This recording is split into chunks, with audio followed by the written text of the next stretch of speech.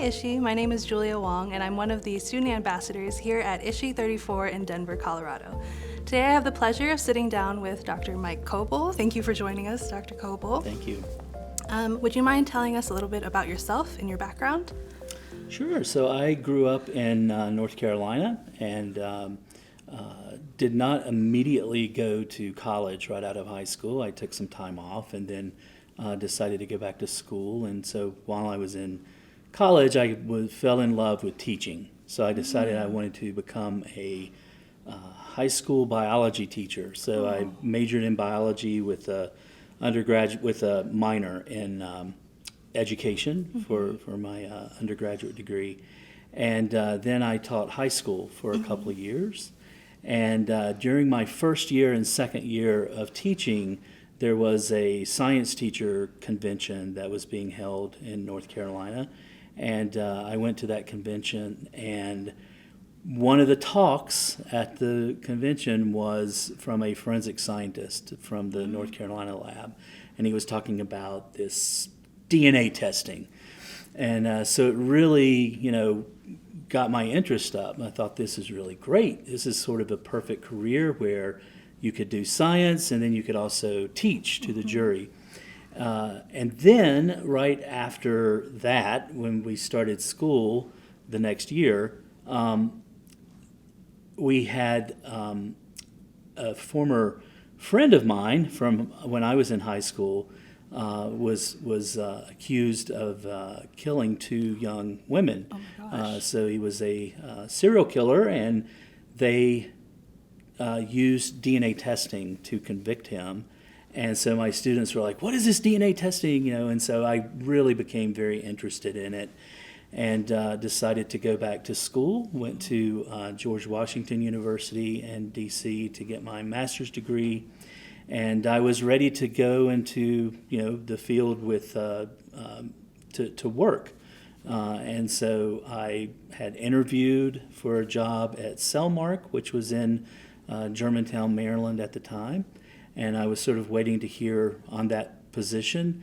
And while I was waiting, my mentor, Dr. Tom Parsons, said, "Hey, what are you going to do when you finish your master's? I've got this PhD project, and are you interested?" And I'm like, "Yeah, absolutely." So I decided to continue on and work at. This was at the Armed Forces DNA Identification Laboratory, AFDIL.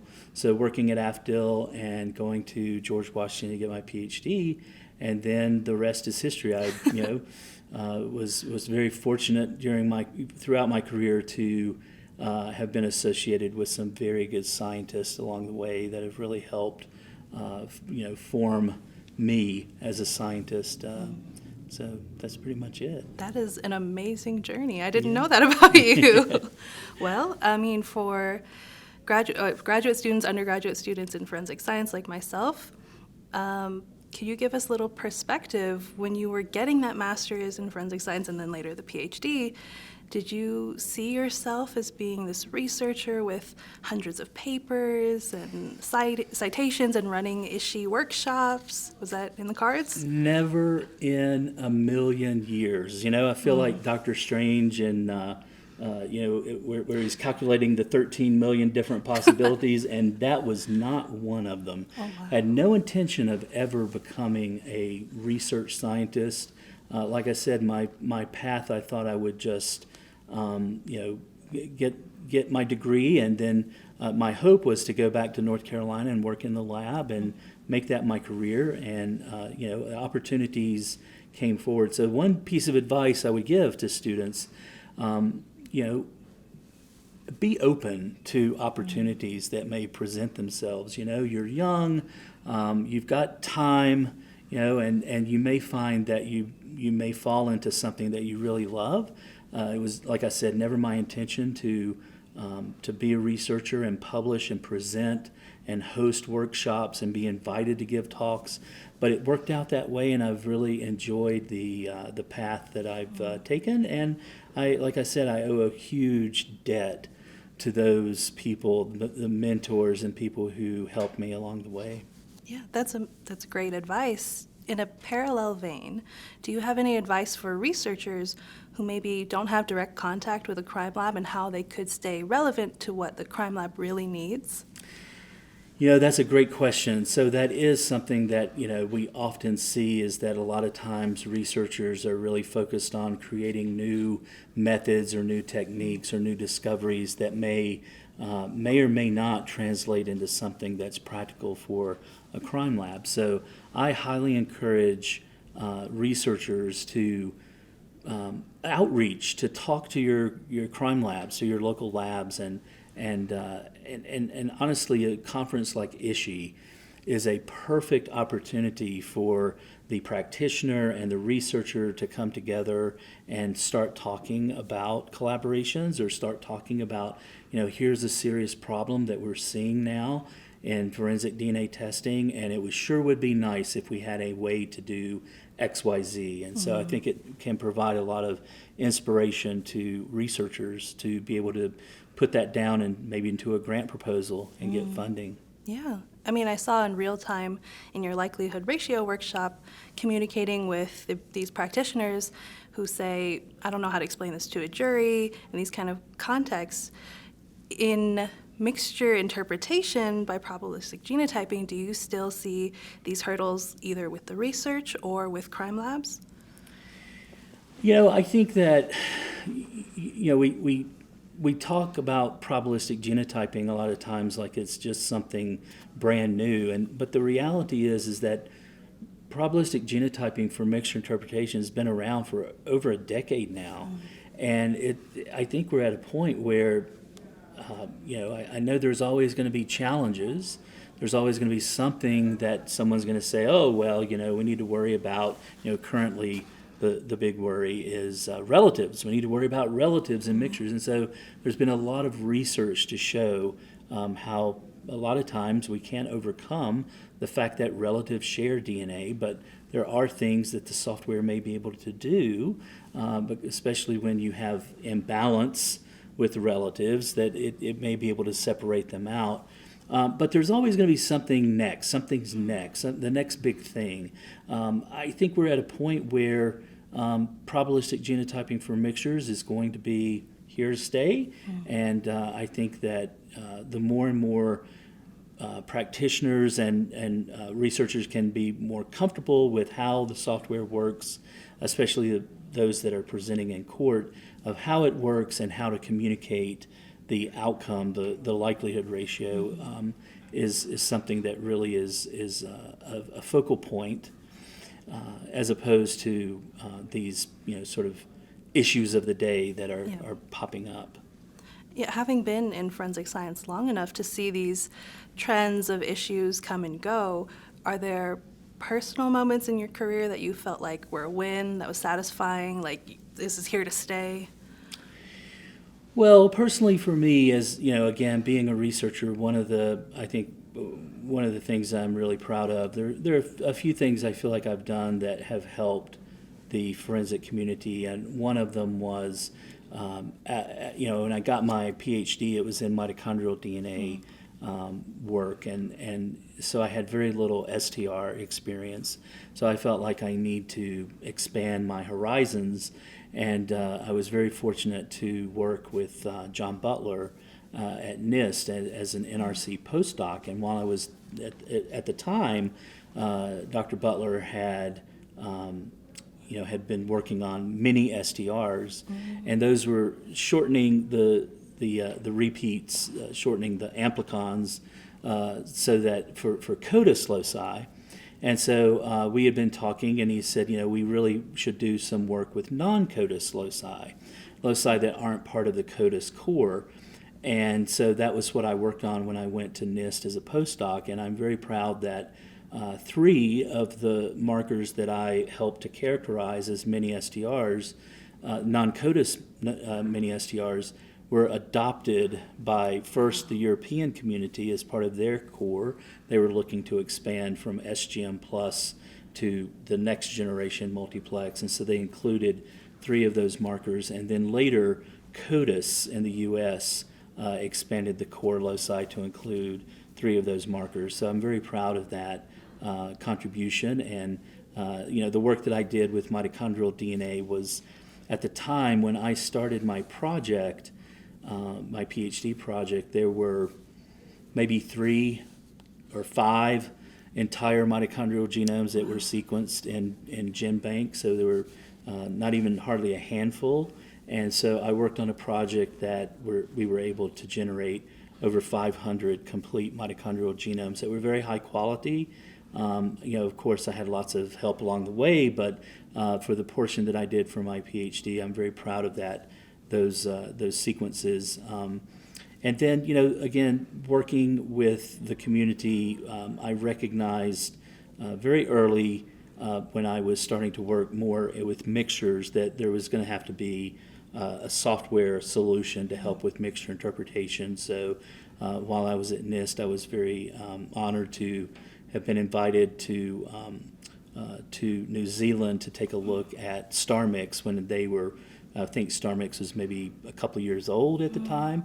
They had been, it's been developed, they were starting to use it. And myself and my friend Stephen Myers from California DOJ, and then the U.S. Army lab, USACIL, they were also invited separately. We weren't there at the same time, but we were able to sort of get a first look, and I realized, this is going to be a big deal. And so I started focusing a lot of energy in trying to introduce ProbGen, again, not just me, but others as well, and introduce probabilistic genotyping into the community. And then it goes along with ProbGen are the likelihood ratios. So that was also another thing that, that I feel very proud to have at least helped maybe a little bit in getting this probabilistic genotyping into the forensic community. Those are definitely very honorable achievements that not many people have a claim to. In a sort of flip side to this, with research, with its difficulties and challenges, is there anything that you wish you had known sooner, maybe save you some time or heartache? Well, again, I think that a lot of times when you have opportunities that present themselves, that it's a good idea to grab them and at least try. But I think if there was one thing that I wish I had some insight or some additional information or additional training, the thing about, I guess, as you get into forensic science and as you progress through your career and you get older, there's this expectation that now you're going to become, a supervisor, and now you're going to become, a lab director. Now you're going to become a technical leader, and there's a lot of challenges that I feel that a lot of, especially graduate programs, managing people, courses like how to manage people, how to do these kinds of things. Those are things that I never really got. I mean, I did take some management training when I was at NIST, and have read some books along the way, but that's something that I never really anticipated. I wish I had known when I was in my master's program that it might be a good idea to start thinking about this, because that's usually the path that you're on as you get older, as you get into your career. When it comes to maybe the less enjoyable, more stressful aspects to the job, is there a way you mitigate that with what you do outside of the lab? Well, it's very tough. I mean, as a researcher, you're often working longer hours, and you've got grants that you need to write. You have papers that you need to publish, and of course, if you're managing people in the lab, there's a constant, keeping everyone on track. So those things have been not necessarily stressful. It's just that sometimes, especially with grant proposals where you have a deadline and you're really you may get a little overwhelmed. It's trying to balance your work and life. It does become a little bit tougher. I mean, I think there's some people who think that, academics, they've got it easy. They just, show up and teach a class now and then, and then, they got the summers off and all. It's not always the case, but yeah, try to keep some of that work-life balance as much as I can. Okay. And then my final question is really about ISHI. So you've been attending ISHI for a while now. When you look back, are there any memorable moments or stories that happened here at ISHI? Well, I do have to say, I mean, there's a certain amount of comfort in knowing that at least once a year you're going to be in a place where you're with your colleagues and your friends, and sometimes friends that you may not have seen in a couple of years. Sometimes friends from Europe or Asia that are able to make it, and so there's always a chance to reconnect. But I also have to say that ISHI has been a great place where you can not only connect with people, but also present the research that you're doing. And like I said earlier, get that feedback. Ask, your colleagues that are working in the field, like, would this be helpful? Would this make sense? That kind of thing. What are some of the challenges that you're facing, and what could research do to help? Those kinds of things as well. So, and I have to say also, one of the things about ISHI is that there's always there's just amazing keynote speakers that have been part of ISHI over the last 20-some years that I've been attending. I think it was probably about the 8th meeting of ISHI, which was, if I'm not mistaken, maybe it was later, but it was in Arizona, I remember, but my first ISHI meeting. But over the years, I've been honored to have met people like Kirk Bloodsworth, who was the first man on death row who was exonerated with DNA, who was a keynote speaker, gave a very touching, very heartbreaking to hear his story and then hear his redemption. We also, one year, ISHI had Alec Jeffreys as the keynote speaker, so he was hobnobbing with everyone, and I remember this was when ISHI was in Hollywood, one of the years we were in Hollywood, and I remember I was heading back to my room, and I was going by the pool to get to the elevators, and I turned the corner, and there's Alec Jeffreys just standing there, and I'm just like, wow. And he stood there and talked to me for like 10, 15 minutes. Just, I was asking him about his pathway and some of the challenges, like why did he not stick with forensics? He was telling me, like, he goes, I had a court case, and at the end of the court case, I felt like I didn't even like myself the way that the attorney was hammering on him, and he said, I probably don't need to do this. So, but I think that's the benefit of ISHI, is not only just the community of scientists that are together, but it's also the community and the fellowship of scientists, but it's the ability to see these big names and people, maybe even not even necessarily in forensics, that are keynote speakers that really add a lot. Well, thank you for then passing on your wisdom to me and to our ISHI viewers. Thank you so much for taking the time to speak with me. Thank you, Julia. It's been a pleasure.